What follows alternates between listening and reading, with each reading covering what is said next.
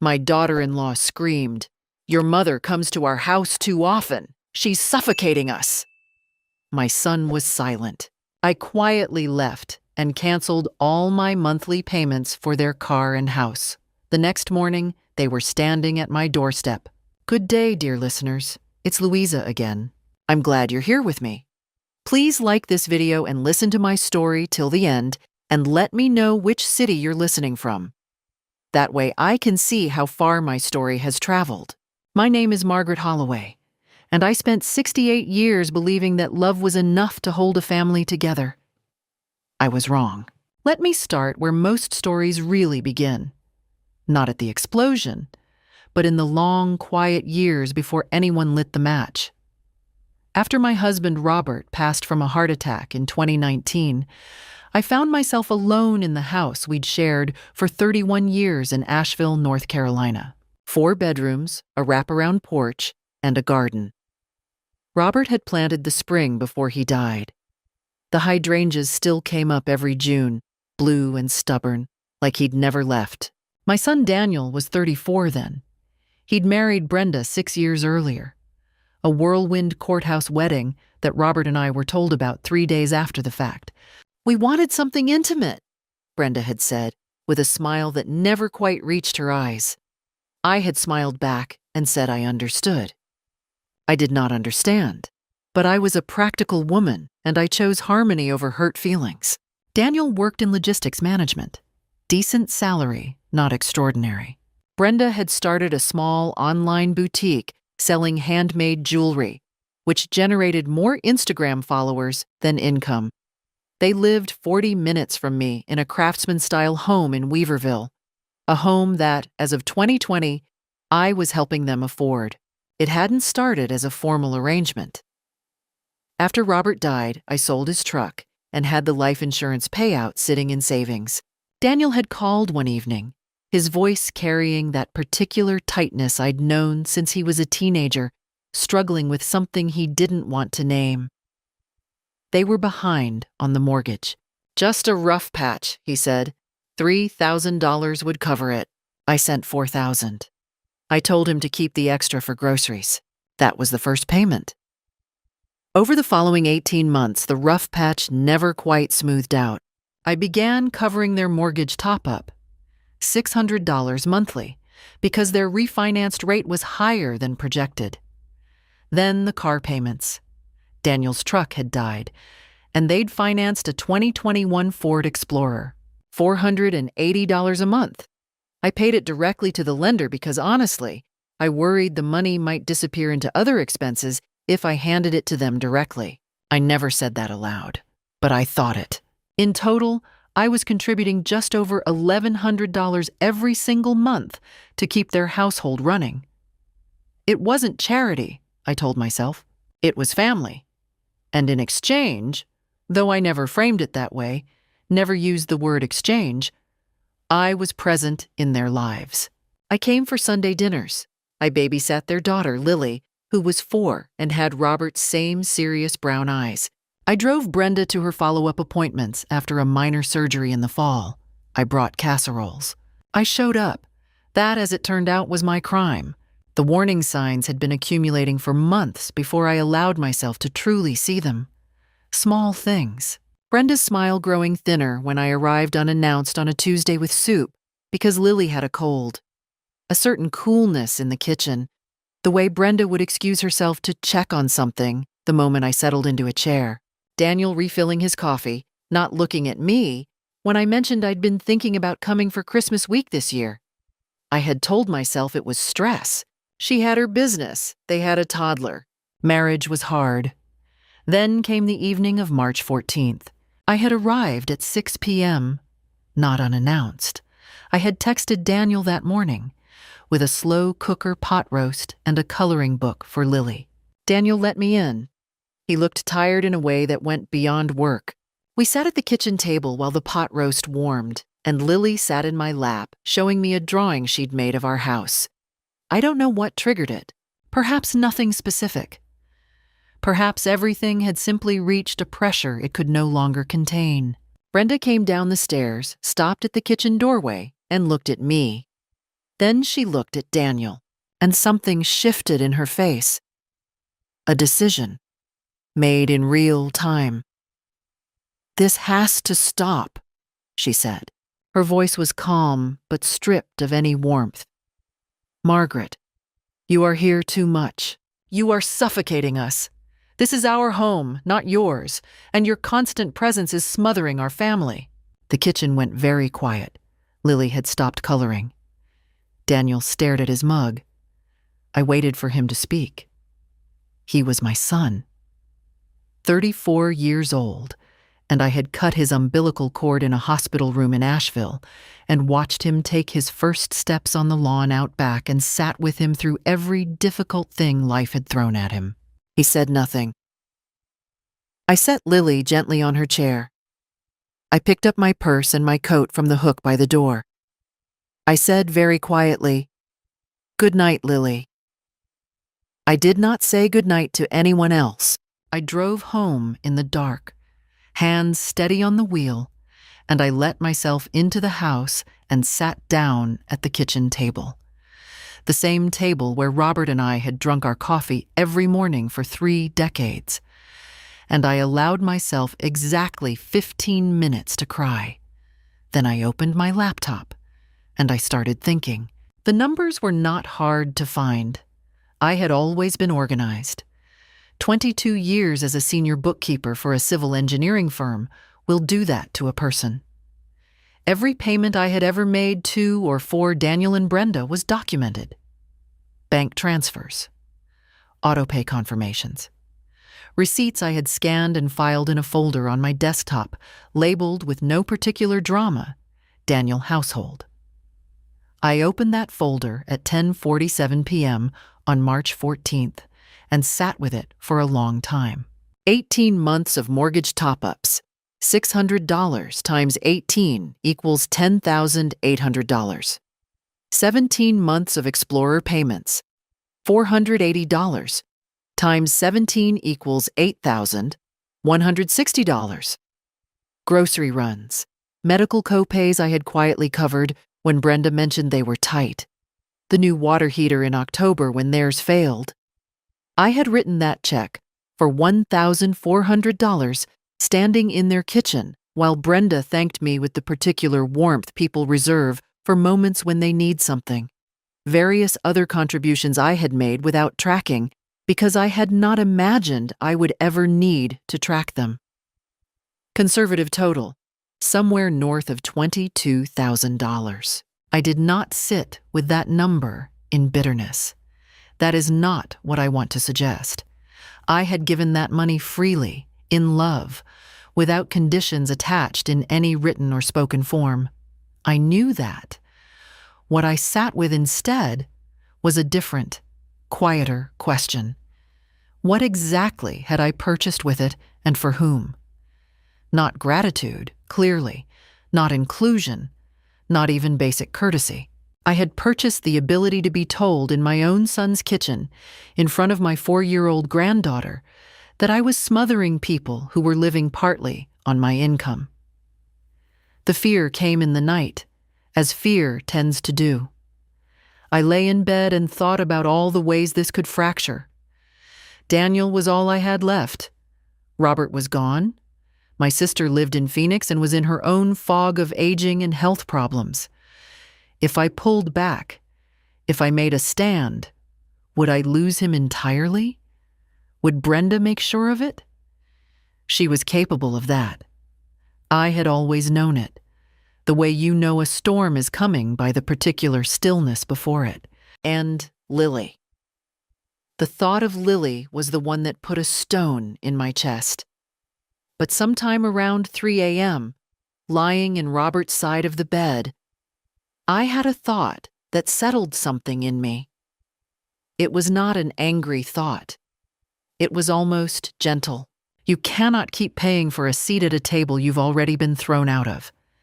By morning, the fear was still there, but it had moved to the back of the room. In front of it stood something steadier. A decision. I was not going to punish Daniel and Brenda. I was not going to call them and yell, issue ultimatums, or perform the kind of dramatic confrontation that felt satisfying in the imagination and corrosive in real life. I was 68 years old, and I had watched enough family fallouts to know that battles fought loudly in kitchens and living rooms almost never resolved anything. They only hardened positions and gave people grievances to rehearse for years. What I was going to do was simpler and, in its way, more honest. I was going to stop. I opened my banking app at 7:15 a.m. while the coffee was still brewing. The autopay for the Ford Explorer, $480, drawn on the 18th of each month, was set up through my checking account. I navigated to the payment, confirmed the next scheduled date was 4 days away, and canceled it. The system asked me to confirm.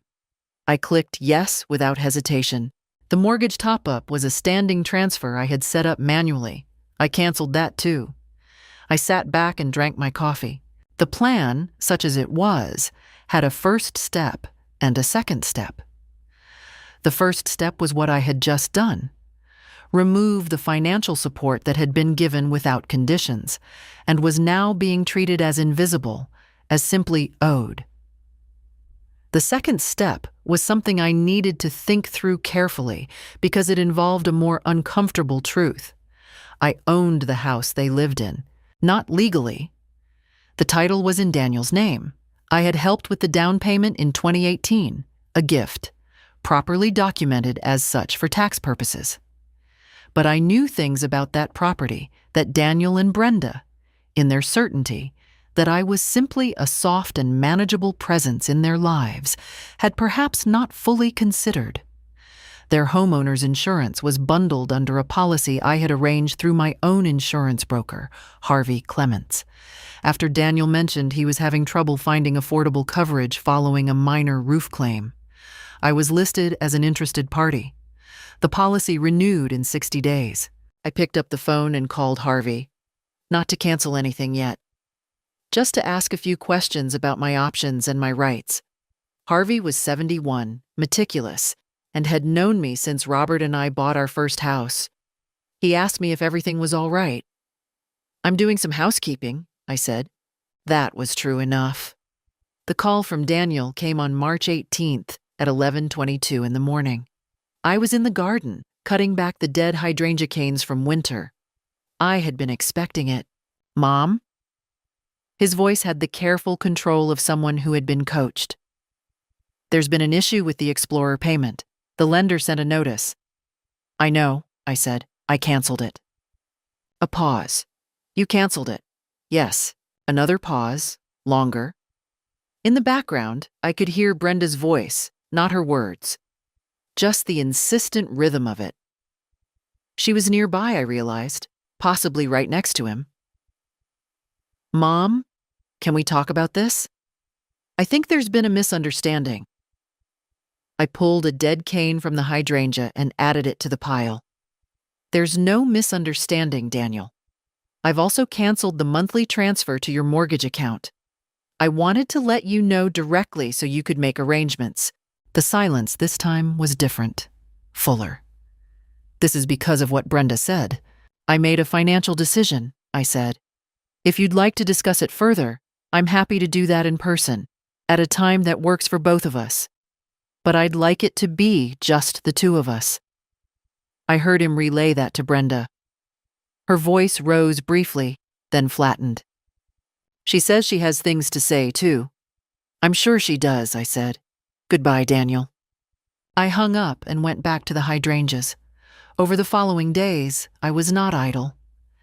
I met with Harvey Clements at his office on March 21st, a Tuesday. Quiet, the kind of spring day that makes Asheville worth every cold winter. And we went through the insurance policy together. Harvey confirmed what I had suspected. Because I was listed as an interested party and had been the one to arrange the policy, I had legitimate standing to request modifications to the coverage structure. I was not going to weaponize that. But I needed to understand my position precisely. I also made an appointment with my attorney, Ruth Nguyen, who had handled Robert's estate. I wasn't sure yet whether I needed legal advice, but I had always found it better to consult a lawyer before you need one rather than after. Ruth was 60, direct, and had no patience for drama. I laid out the situation factually. The financial contributions, the cancellations, the verbal confrontation, the ownership question regarding the insurance. She listened without interrupting, made 2 pages of notes, and then looked at me over her glasses. "You haven't done anything wrong," she said. "You gave money as gifts, no promissory notes, no loan agreements. You have no legal obligation to continue. The insurance is a separate matter. If you're listed as an interested party, you should speak to the insurer about formally removing yourself from that arrangement, which you can do at any time." "I'm not looking to cause them harm," I said. "I want to be clear about that." "I understand," Ruth said, "but understanding your rights isn't the same as using them aggressively. It means you know where you stand." I knew where I stood. It was 4 days later that I found out where Brenda stood, and the discovery was not something I had engineered or sought out. It arrived the way the most devastating truths often do, through ordinary human carelessness. Lily's daycare used an app for parent communication, photos, updates, the occasional administrative notice. Brenda had added me as an authorized family contact 2 years earlier, when I had been picking Lily up twice a week. I was still in the system, and the app had a messaging function. On March 25th, I received a notification. Not addressed to me, clearly a mistake, a mistap on a phone screen, a message that had gone to the family group thread instead of a private conversation. It was from Brenda. It was addressed to her sister, Kara. "She's going to keep cutting us off financially if we don't let her control everything. Dee doesn't see it, but I've been planning this for a year. I need him to make her change the beneficiary before she decides to freeze us out completely. She's got the house too, and God knows what else. If she pulls the insurance, we're dead. Tell me again how to do this without making it look obvious." I read it twice. Then I took a screenshot. Then I forwarded it to my own email. Then I sat down, very slowly, in Robert's armchair, and understood that I had not been imagining things for the past 18 months. Brenda had not simply grown tired of my presence. She had been managing a strategy. And my son, my quiet, conflict-avoidant son, had either not known or had not wanted to know badly enough to stop it. I did not act immediately on what I had read. That was deliberate. In my experience, women who act from fresh shock make irreversible errors. Say too much, show too much, give the other party information they can use. I gave myself 48 hours to sit with the message, to read it again, to feel the full weight of what it meant, and then to set the feeling aside and think clearly. What I decided was this: I would complete the financial decoupling first. Quietly, methodically, without announcement.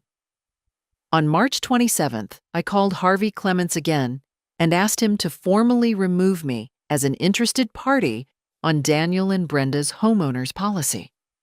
Harvey asked no questions. He processed the request that afternoon.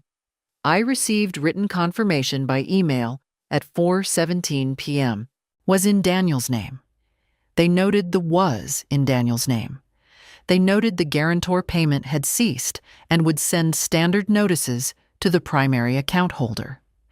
I then drafted a letter, not a legal document, not a demand. Simply a personal letter to Daniel, written by hand on Robert's good stationery, which I had always kept in the desk in the study. The letter stated plainly that I had decided to withdraw my monthly financial contributions, effective immediately and without rancor. I did not mention Brenda's message. I did not mention my meeting with Ruth. I simply said that I believed healthy relationships required honesty about what each person could sustain, and that I was choosing to sustain my own well-being. I mailed it on March 29th. The response came not by mail. On the evening of April 1st, I have noted the date, and there is nothing amusing in it. A car pulled into my driveway. Daniel's Explorer. Both of them. I watched from the kitchen window for a moment before I opened the door. Brenda walked in first. She looked composed, but there was a coiled energy in her posture that I recognized. Daniel followed, his hands in his pockets, not meeting my eyes. "We need to discuss what you're doing," Brenda said. She had not waited for us to sit down. "You're trying to punish us, and it's affecting our family. Lily's stability depends on—" "Please sit down," I said. My voice was calm. I sat at the kitchen table and waited. They sat. "You're upset about something. The adult you're upset about something. The adult thing is to talk, not to quietly sabotage us." I looked at Daniel. He was looking at the table. "I removed myself from a policy I arranged as a courtesy," I said. "You and Daniel are fully able to obtain homeowners insurance independently. Harvey's office can provide a referral if you'd like one." "That's not the point," Brenda said, and now her voice had an edge. "The point is that you've been using money to control us for years. And now that we've asked for normal boundaries, you're retaliating." The word retaliation sat in the air. I considered, for one moment, telling her what I had read. The message to Kara. The phrase "I've been planning this for a year." The beneficiary. I decided not to, not yet. "I'm not retaliating," I said. "I'm stopping. Those are different things." "You need to reverse the payment cancellations," Brenda said.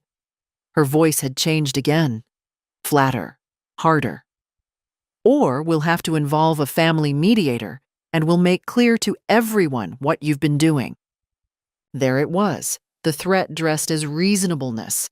"What I've been doing," I said, "is giving your family over $20,000 in the past 18 months. I have documentation of every transfer and every payment. If you'd like to involve a mediator, I'm perfectly willing." The silence in my kitchen was the most complete I had heard in a long time. Brenda picked up her phone. Daniel stood without speaking and walked to the door. She followed. At the threshold, she stopped and turned. "This isn't over," she said. "I know," I said pleasantly. "Good night." I locked the door behind them. I stood in the hallway for a moment, then walked to the kitchen, made myself a cup of chamomile tea, and called my friend, Patricia, who had known me since 1987, and who said, after I had told her the necessary parts, "Oh, Maggie, it was always going to come to this." I took the rest of that week slowly. I went to the farmer's market on Saturday. I called my sister in Phoenix. I trimmed the hydrangeas back to the healthy wood. I needed the steadiness more than I needed to move quickly. The call came on a Thursday, 10 days after they had stood in my kitchen. Brenda's name on my phone screen. I answered on the third ring, not the first, not the last. "Margaret." Her voice was softer than it had been. Warmer, even. The particular warmth I now recognized by its shape. "I've been doing a lot of thinking. I said things the other night that were out of line. I was stressed, and I took it out on you, and that wasn't fair." I sat in the armchair by the window, the one that looked out over the front porch. The dogwoods were starting to bloom. "I appreciate you saying that," I said. A pause. She had expected, I think, more opening. "I just think we got into a bad pattern," she continued, "where there was a lot of pressure on everyone, and maybe the financial piece made it complicated. But Lily misses you. Daniel misses you. We're not trying to shut you out." Another pause. "We just thought, if things could go back to how they were, we could all start fresh, back to how they were." I turned the phrase over carefully. She meant payments resuming. My presence tolerated on the terms that made it useful, the comfortable arrangement restored with perhaps a brief acknowledgement of tension that would never be directly examined. "I'm glad Lily misses me," I said. "I miss her too. I'll always have a relationship with my granddaughter." "Of course," Brenda said quickly. "But I won't be resuming the monthly transfers or the car payments. That chapter is finished." A brief silence. The warmth in her voice went exactly 1 degree cooler. Margaret, I'm trying to— I know you are, I said, and I genuinely thank you for calling. Good night, Brenda. I set the phone down and looked at the dogwoods for a long moment. Then I went and put on my shoes because I had a 5 p.m. meeting to get to. 2 weeks earlier, on impulse and against my usual instinct towards self-sufficiency, I had walked into the community center on Merriman Avenue and signed up for a Thursday evening group. Women over 60. Life transitions and new directions. I had told myself it was just to have something structured in my week. I had told myself I wasn't the kind of person who needed that sort of thing. I had been wrong about that, it turned out. The group was led by a licensed counselor named Dr. Annette Shaw, who was 64, dry-humored, and had the particular quality of making silence feel productive rather than awkward. There were 7 of us that first Thursday. A retired school principal named Joyce, a woman named Sylvie who had recently left a 30-year marriage, 2 sisters who had come together after their mother's death, a quiet woman named Helen, who never said much but whose presence felt grounding, and me. I did not tell them the full story, not in the beginning. But I told them enough, that I had been financially supporting my son's family, that I had been asked to make myself smaller in exchange, and that I had recently decided to stop. Joyce, the principal, who had the energy of someone who had been running things for decades, looked at me steadily. "How does it feel?" she asked. I thought about it honestly. "Like the floor dropped out," I said, "and like I can breathe for the first time in 2 years." Annette nodded. "Those 2 feelings are not contradictory, they're both accurate." I went back the following Thursday, and the one after that. During those weeks, I also did something I had been avoiding since Robert died. I called his brother, Frank, who lived outside Charlotte. Frank was 72, pragmatic, and had never been fond of Brenda, a judgment he had made quietly and early and kept to himself out of deference to Daniel. He listened to what I told him, and then he said the thing I needed to hear from a man who had known my family from its foundations. Robert would have done the same thing, Maggie, probably sooner. I held on to that. From what I gathered through indirect channels, Lily's daycare app was still active, and occasionally a detail surfaced. Daniel and Brenda were managing. They had obtained their own insurance policy. I heard nothing more about that. The Explorer payment was now presumably Daniel's direct responsibility. They were figuring it out. Good. That was how it was supposed to work. I sensed, in the quieter days, that Brenda had not stopped watching, that she was recalibrating. Women like Brenda, strategic, patient when they had to be, never fully satisfied with a stalemate, do not simply accept a retreat. They look for angles. I kept my documents organized. I kept my phone charged.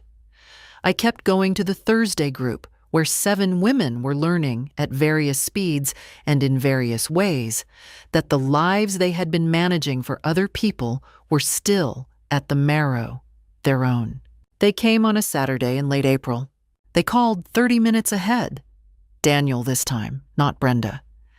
And his voice was careful and low, the voice of a son trying to find his mother in a place where she was still reliably soft. "Mom, we'd like to come by, just to talk. I know things have been tense and I want to fix it." I said yes. I made coffee and put out a plate of the lemon shortbread I used to make for him at Christmas. I wanted to see what they had come to say. They arrived at 2 o'clock. Brenda was carrying a small wrapped gift. Candles, I would later discover, from a boutique shop downtown. The gesture was calibrated. Daniel held Lily's hand. The child ran to me immediately and pressed her face against my waist, and I held her for a long moment before stepping back to let them inside. For the first 20 minutes, it almost felt like something real. Daniel talked about work. Brenda admired the garden, stepping to the window to look out at the hydrangeas, with an expression she had borrowed from someone who genuinely appreciated such things. Lily ate most of the shortbread and told me at length about a caterpillar she had found on the back steps of their apartment. I listened to every word of the caterpillar story. I poured coffee and watched, and beneath the ordinary surface of it, I noticed the way Brenda's eyes moved through the room, across the desk, the filing cabinet in the corner of the study, through the open door, back to me. She was taking inventory. I had lived long enough to know what that looked like. Then the conversation shifted. "We've been having a really hard time," Daniel said. He had his father's way of turning inward before he said anything that cost him. "The finances are tight. The Explorer payment, the insurance, we're stretched. And I know things got complicated between everyone, but Lily needs her grandmother, and I—" He stopped. His voice had roughed at the edges. "I need my mom." I looked at my son. He was not performing. That much was genuine. And it pierced something in me, the way only a child's real pain can. Regardless of his age. Regardless of everything. But Brenda spoke before I could. "We're not asking you to pretend nothing happened," she said. She leaned forward, elbows on the kitchen table, and I noticed for the first time the specific quality of her attention. Not warmth, not even true persuasion, but something more like pressure, applied with precision. "We're asking for a reset. You step back into the picture, we all commit to better communication, and we move forward. Daniel and I have talked about it at length, and we both agree that a monthly arrangement, similar to what you had before, would help everyone get stable again and give Lily the consistency she deserves." There it was, a monthly arrangement, similar to what you had before. Not, "We would like to rebuild a relationship with you." Not, "We understand we hurt you, and we want to make it right." The arrangement. The money. That was the point of the candles and the Saturday visit and my son's roughened voice. Everything else, the shortbread, the caterpillar story, the admired garden, had been staging. I set down my coffee cup. "Brenda," I said, "I want to make sure I understand what you're proposing. You're suggesting we return to a financial arrangement, payments for your car and your mortgage, as a component of rebuilding our relationship." Daniel's eyes went to his wife. Brenda held my gaze without flinching. "It's not transactional," she said. "It's practical. We're a family. Families support each other." "They do," I said. "And family members also don't tell each other to their face that they're suffocating them while accepting $1,100 a month." Brenda's expression didn't collapse. It simplified. The softness fell away like a stage set being struck, and what was underneath was cooler and more direct. She had stopped performing. In a strange way, I found that easier to sit across from. "You're holding that over us," she said. "I'm stating a fact," I said. "This is exactly what I told Daniel," she said. And now her voice had risen just slightly. Not shrill, but edged. "This is why we can't move forward. You need to be in control. You always have. The money was never just help. It was leverage. You want access to our home and our lives and our decisions, and when we tried to create healthy boundaries, you cut us off financially as punishment." Daniel said her name quietly. She ignored him. "And let's be honest," Brenda continued, her voice dropping into a register that was almost conversational, almost reasonable, as though she were making a point in a meeting rather than dismantling a family at a kitchen table. "You've had influence over Daniel his entire adult life. That's not healthy for him either. What we're asking for is balance. We're asking you to be a grandmother, not a financial controller." "If you refuse to support your grandchild's stability," she said, "I want you to understand what that means for your relationship with Lily. We can't keep driving her over here for visits if we're in financial crisis. These things are connected." There was the shape of it. Lily as a bargaining chip, stated with the clinical language of stability and healthy boundaries. I let the silence sit for a full 10 seconds. In my experience, people fill silence. Brenda did not. She was more disciplined than that, and I gave her credit for it even as I noted it. "This conversation is over for today," I said. I stood. "I'll always be Lily's grandmother. I'll always love her.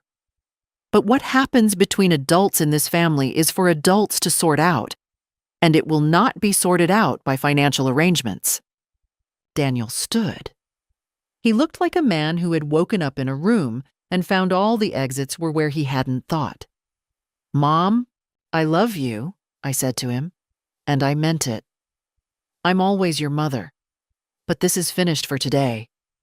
Brenda took Lily's hand and walked to the door without another word. Daniel paused in the doorway, and I could see him trying to find something to say that would hold both worlds together. There was no such thing to say. He had to know that. "She's not wrong that we're struggling," he said finally. "I know," I said. "I'm sorry for that, truly." He left. I locked the door and stood in the hallway. My hands were steady, but my heart was going quickly. Not from fear, exactly. From something adjacent to it, a high alertness. The body's recognition that the thing it had been bracing for had arrived and been survived. And underneath the alertness, something else. The clean, cold knowledge that I had seen the full shape of it now. Not a frustrated daughter-in-law, not a bad day, not a communication problem. A deliberate design, worn with remarkable patience, aimed at a woman they had assumed would never hold her ground. They had miscalculated. Fear, when it is legitimate, is information. I used it. I went to the desk, opened the folder on my laptop, and added a detailed note. Date, time, witnesses, substance of the conversation, Brenda's specific words about Lily. To the document I had been building since March 25th. I wrote it out fully while the memory was still precise, the way I had been trained to document. Facts, sequence, exact language where I could recall it. Then I called Ruth Nguyen's office and left a message asking for an appointment the following week. I was not done yet, not by a long distance. The meeting I had been building toward came together not through dramatic planning, but because Daniel asked for it.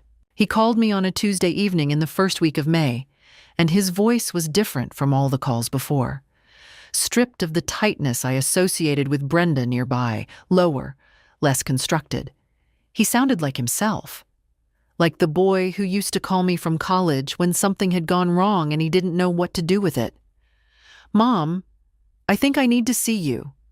Just us. No Brenda," I agreed without hesitation. He came to the house the following evening, a Wednesday.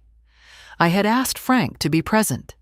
Not for muscle, not for drama, but because Daniel had always responded to his uncle, always looked to Frank in the way that men sometimes look to other men when the emotional weight of a situation exceeds what they know how to carry alone. Frank and Daniel had watched football together every Thanksgiving for 20 years. There was a trust between them that was different from ours. Not deeper, just differently structured. And I needed that structure in the room.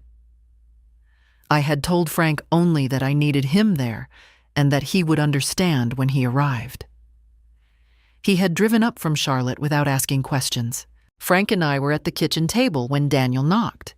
He looked surprised to see his uncle, a brief flash of something that might have been relief, and then, after a moment, he pulled out a chair and sat down. I had the laptop open. Beside it, a printed packet that Ruth Nguyen had helped me prepare over 2 careful meetings. 18 months of financial records laid out chronologically, the payment cancellation confirmations, the insurance documentation, and, at the back, printed and dated, a screenshot of Brenda's message to her sister, Kara. I had not shown that message to anyone until that evening. I let Daniel talk first. I thought he deserved that. He had found something. That was why he had called me, why his voice had changed. He hadn't found the Kara message. I had that. What he had found, by accident, while looking for a home warranty document in Brenda's desk drawer on a Saturday afternoon when she was out, was a printed webpage from an estate planning forum with several passages highlighted in yellow marker. The passages were about changing beneficiary designations on life insurance policies and how to do so when a family member was uncooperative or likely to contest. Their names, his name, had been written in the margin in Brenda's careful, looping handwriting. He put it on the table between us. His hand, I noticed, was steady. I looked at it carefully. Then I placed my printed page beside his. I watched my son read Brenda's message to Kara.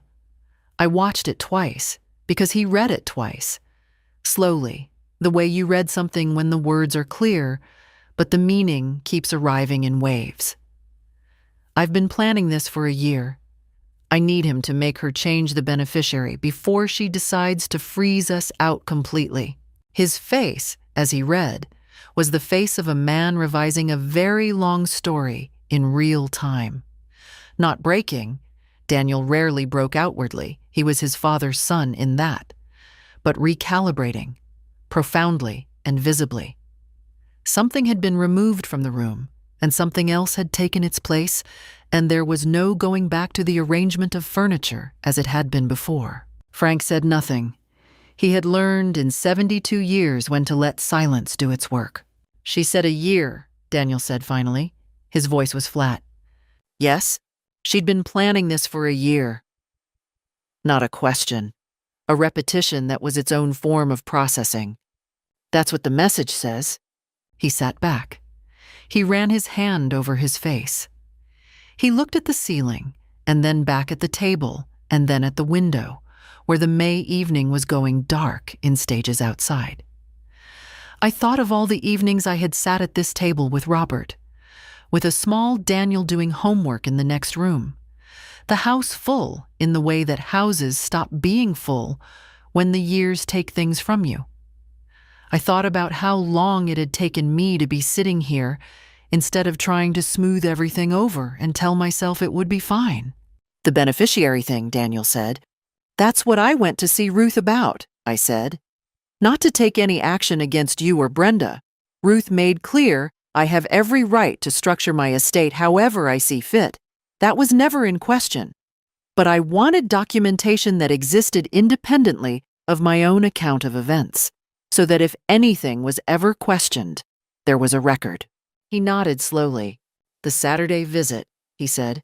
Last week, she'd already seen this. She knew you were... He stopped. She suspected I had documentation, I said. I think she came to assess how much I knew and whether I could be managed back into the arrangement before it reached this point. Frank put his hand on Daniel's arm. Son, he said. He had always called him that since Daniel was 8 years old, and Robert first brought him to Frank's house for a football game. Your mother isn't here to win an argument. She's here because she loves you and because you deserve to know what's been going on in your own house. Daniel looked at his uncle for a long moment. Then he looked at me. I should have said something that night, he said. In March, when she... I just stood there. I should have said something. Yes, I said simply, you should have. There was no cushioning that. He knew it. I knew it. Frank knew it. The truth of it sat on the table alongside the documents, equally plain. He looked at the printed forum page again. Did she actually change anything? The accounts? I don't know if she acted on it, I said. I haven't asked and I haven't assumed. That's a conversation you need to have with her directly. I'm not asking you to come home and have a fight. I'm asking you to know what you're dealing with. He stood up slowly. He looked, standing there in my kitchen at 34, very much like his father at the same age. Same jaw, same particular set to the shoulders when something hard had landed and the only way through it was forward. I don't know what to do, he said. It wasn't a question addressed to me or to Frank. It was something more honest than a question. A man acknowledging, openly, the full weight of a decision he hadn't expected to be making. "You don't have to know tonight," I said. "But now you know what you're deciding about. You know the full picture. What you do with it is yours." He stayed for another hour. We talked about Lily. We talked about his apartment, the neighborhood, the soccer league he had been thinking about joining. We talked around the edges of the thing that had just happened, the way you do when a large stone has been dropped into still water, and the ripples are still moving out, and there is nothing to do but wait for them to reach the shore. He left just after 9 o'clock. Frank stayed for another half hour, and we had tea and didn't talk much, and then he drove back to Charlotte, and I watched his taillights disappear down the street and stood on the porch in the May air for a moment before going inside. I sat alone in the kitchen. I was not triumphant. That is not the right word for what I felt. I was relieved. The relief of having told the truth cleanly and completely, without embellishment or performance, and having let it do what truth does when it is given room and a witness. I was also aware, with the particular clarity of someone who has been through hard things and knows that resolution is not the same as conclusion, that the hardest part was probably not fully behind me yet. What Daniel did next would determine a great deal. And I had no control over that. I had done what I could do. I had stopped, and I had documented, and I had waited for the right moment. And I had told the truth to the person who most needed to hear it. The rest was his. It took Daniel 11 days. I did not call him during those 11 days. I did not check on him, did not ask Frank to reach out, did not manufacture any reason to make contact.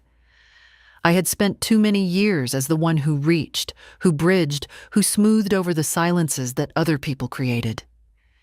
I let the 11 days be his. He was a grown man, and he had the full picture, and he had to decide what kind of life he was going to build. He called on a Saturday morning in mid-May. The hydrangeas were just beginning to bud outside my kitchen window, tight and pale, not yet open. His voice was the quietest I had heard it in years. Not broken. Steadier than that, actually. The quiet of someone who has walked through something difficult and come out the other side with their footing intact. "I talked to a lawyer," he said. "And I talked to a marriage counselor, alone first, and then with Brenda. And I had a conversation with Brenda afterward that I should have had a long time ago. I waited. I had gotten good at waiting. She didn't change the beneficiary," he said. The lawyer confirmed nothing had been formally altered. But she admitted she was planning to ask me to initiate it. She framed it as protecting the family's financial future. Those were her words. A pause.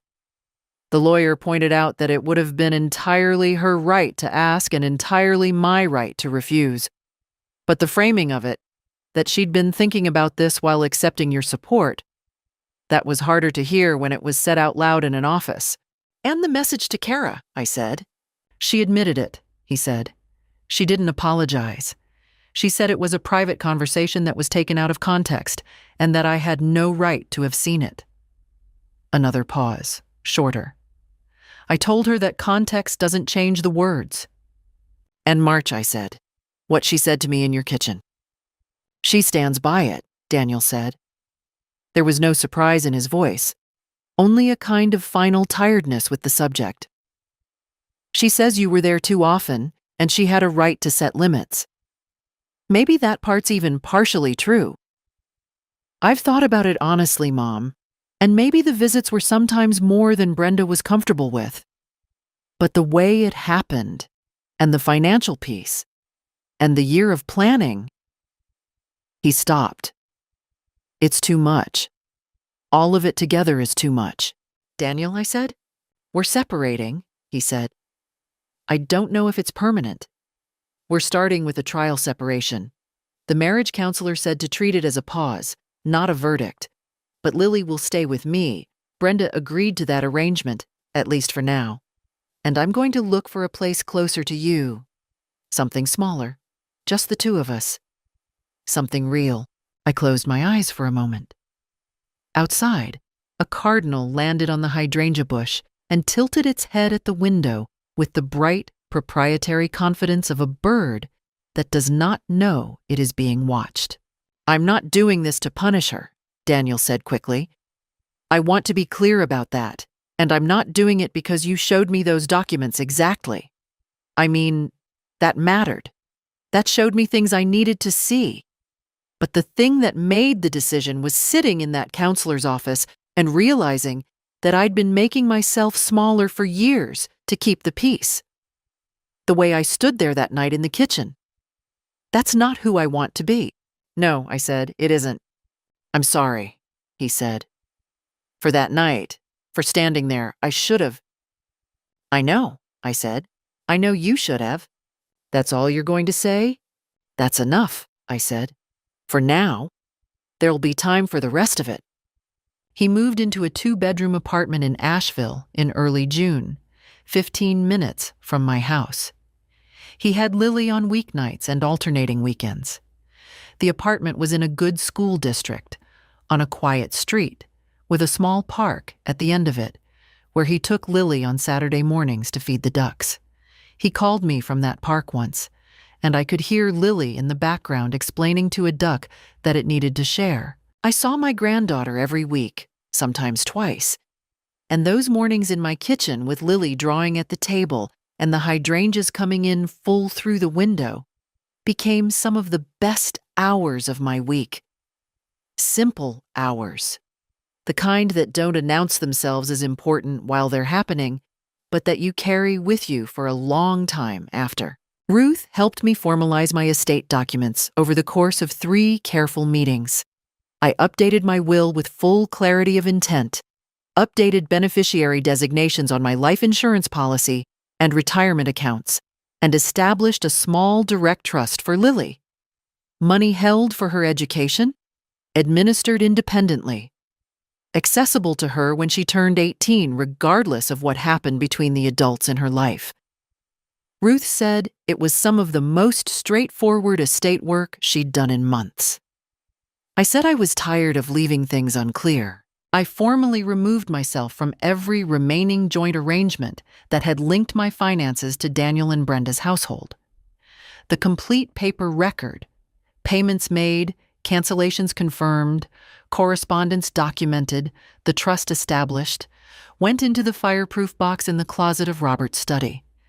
I hoped I would never need to open it again in any official capacity. But it was there. Brenda retained a lawyer in late May, making noise about a financial dependency claim. The argument that my sustained contributions over 18 months had created a legal expectation of continuing support. Ruth dealt with this without drama or delay. Voluntary monetary gifts, fully and consistently documented as such, with no written agreement specifying continuation and no promissory notes of any kind, create no cognizable legal obligation. Ruth sent a single letter of response. The claim was formally dropped within 6 weeks. The lawyer fees Brenda had incurred pursuing it, Ruth estimated conservatively between $3,000 and $4,000, were entirely her own to absorb. I received one final text from Brenda on an evening in late June when the light was still long and the neighborhood was quiet. It read, "You won. I hope you're happy." I sat with that text for a while. I thought about the word won, about what it implied. That we had been in competition. That this had been a contest with a scoreboard and a winner's podium. I had not experienced it that way.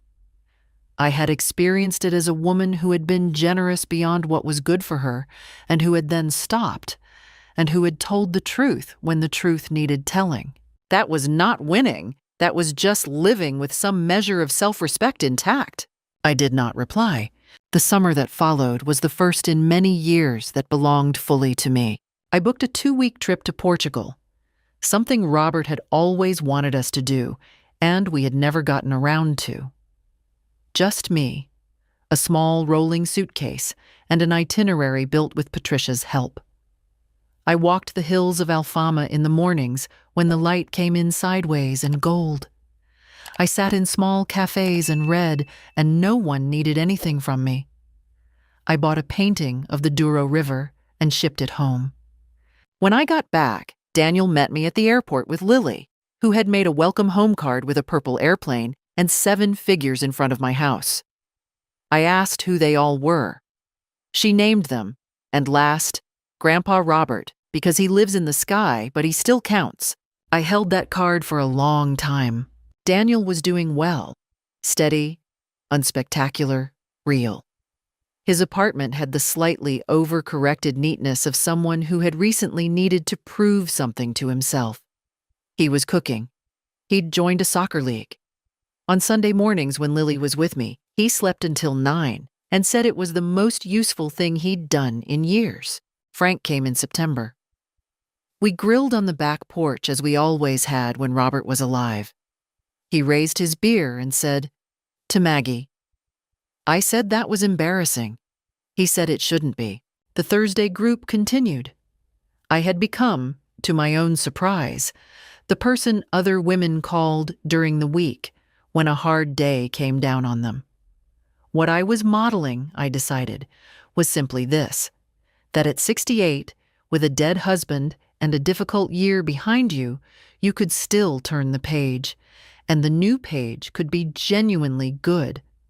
Not consolation prize good, but good the way Tuesday morning coffee is good and a sleeping granddaughter in the back seat is good.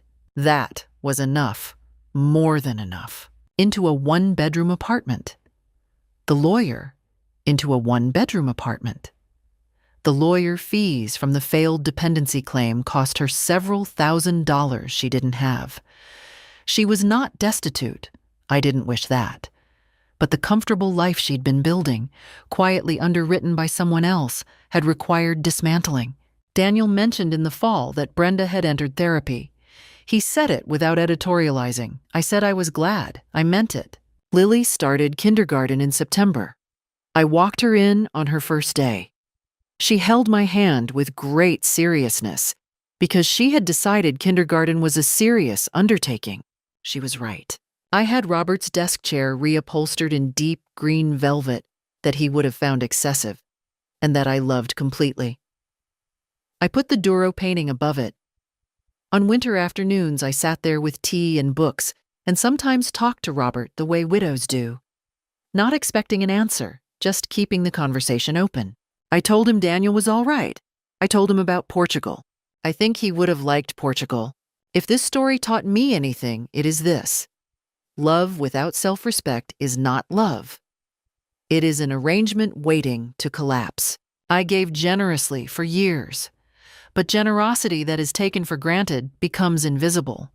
And when you make yourself invisible for long enough, people begin to believe you don't exist except as a resource. I existed. I still do. What would you have done in my place? Would you have waited longer? Stayed silent?